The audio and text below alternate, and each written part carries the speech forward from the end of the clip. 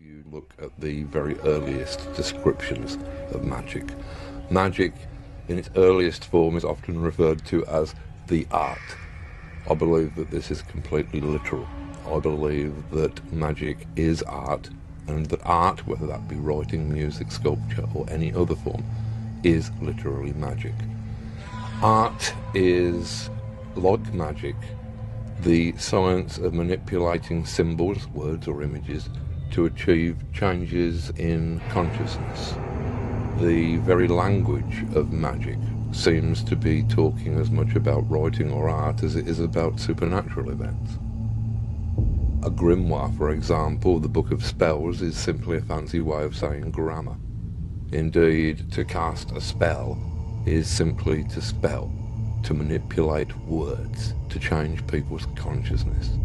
And I believe that this is why an artist or writer is the closest thing in the contemporary world that you are likely to see to a shaman.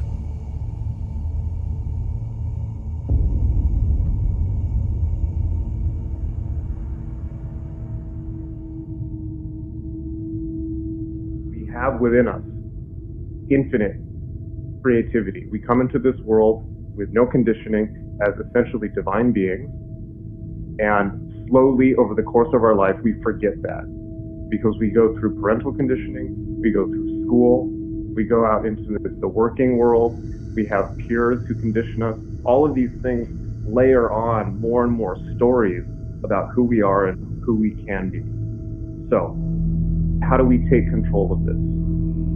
There are two ways to do this. They're symbolized by the Latin words solve and coagula. Solve means to dissolve. And so, deconditioning. The initial processes of magic are meant to decondition mind, to let go of all the stories that we think are us. And the way that that's done is meditation. Coagula means to coagulate, to reform into a new form once we've deconditioned ourselves. And the way that that's done is by ritual magic. That's one way to do it. Solve, meditation, or letting go of who we think we are, letting go of everything that keeps us from the infinite, the divine, source, and coagula, or recoagulating into a new form that better suits our will for this incarnation. Magic, right? And ritual magic and ceremonial magic are only one form of magic. I can also include within that any willed action which reformulates a new personality. Any willed action which puts you more in line with who you know you are, your true self. Magic is not about getting your way. It is not about imposing your will on other people or getting an advantage. What it will do is more deeply integrate you with your true self, and more deeply integrate you with the universe, and more deeply align you with your true purpose for this existence. And the more that you do that, the more that you let go of things that are not in line with your true will, and the more that you embrace and discipline yourself to enact things that are your true will, the better life gets. The less friction there is in life, and the more playful the universe becomes, the more magical the universe becomes. When you're in the slipstream of your purpose, your higher purpose, your higher self, the universe becomes magical. Doors open when they're supposed to open. The buses run on time. You end up being in the right place at the right time always. You meet the right people to be in your life to support you in what you're doing. I found out that if you do these things that you're told by Aleister Crowley, by Wilson, by all these people we read and all these people we've been consuming, but we don't do it, if you actually do what they say, things happen. Things occur exactly as it's described, and we can all do it. This is part of human experience.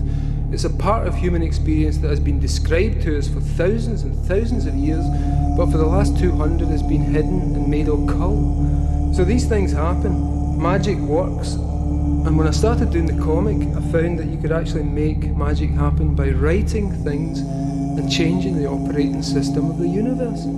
It works, and I'm here to tell you to try it when you go home tonight, because it fucking works. And what happens if we all do it, everyone in this room, decides to take control of reality. I'm talking about reality. I'm talking about quantum physics. I'm talking about taking control of things from the quantum level up, from the molecular level up, and it works. This magic works. Human beings are co-partners with deity in the project of being. This is the basis of all magic.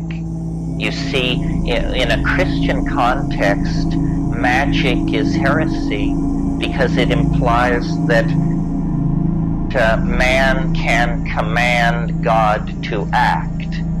In other words, that in some strange way, the magician compels nature to behave as the magician desires. In Hermeticism, it isn't so much put in terms of compel, but the idea is that humanity, human beings, men and women of great spiritual accomplishment are co-partners in the project of being, and that God, as it were, stepped off the stage of creation with it only 90% completed, and the rest is left in the hands of his brother. The Hermetica actually refers to humanity as the brother of God. So it's a completely different attitude toward being human. It's an empowering attitude